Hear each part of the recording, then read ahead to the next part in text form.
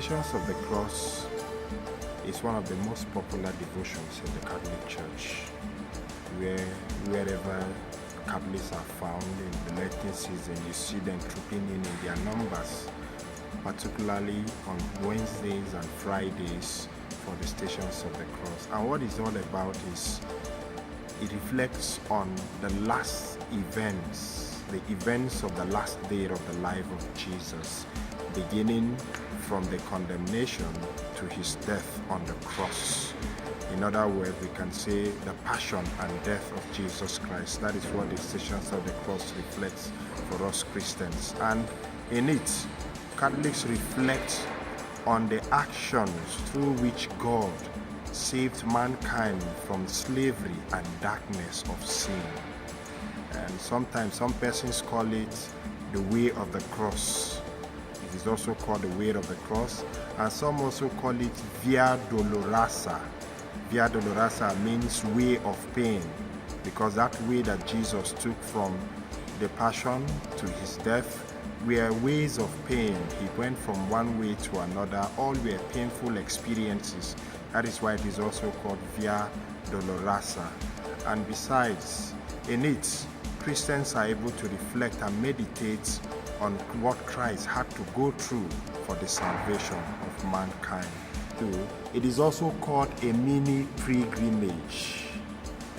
The Stations of the Cross is also called a mini pilgrimage because when this whole issue of this whole devotion of going from one station to the other to meditate on the last events of Jesus Christ started, it was done only in Jerusalem.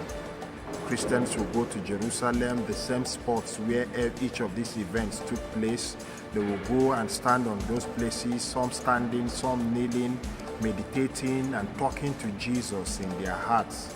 And they do it like that, and they get indulgences from it.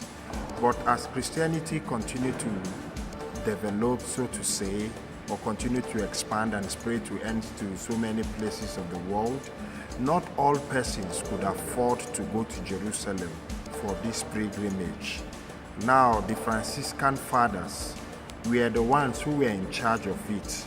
They decided that the Pope should give them permission to create a way whereby those who are not able to go to Jerusalem can also do this in their various parishes. However, at that time, it was done only in Franciscan parishes. They have their retreat centers. In these retreat centers, they will have the various spots. They have the various spots where people could also have their own pilgrimage, so to say. So it continued that way. Later also, they applied if there could be a pictorial expression of it. The Pope granted them this permission. So some were pictures, some were like sculptures that were carved so that people could reflect on these same events of the life of Jesus. It continued like that. The Franciscan fathers were in charge of it. With time, it went to so many places, particularly in Western Europe. But even with the spread of it, it was only done by the Franciscan fathers. Only parishes or dioceses where you have the Franciscans. These were places where you could do this mini pilgrimage of the Stations of the Cross. But with time, the Pope now gave permission that bishops in their various dioceses could also do the same.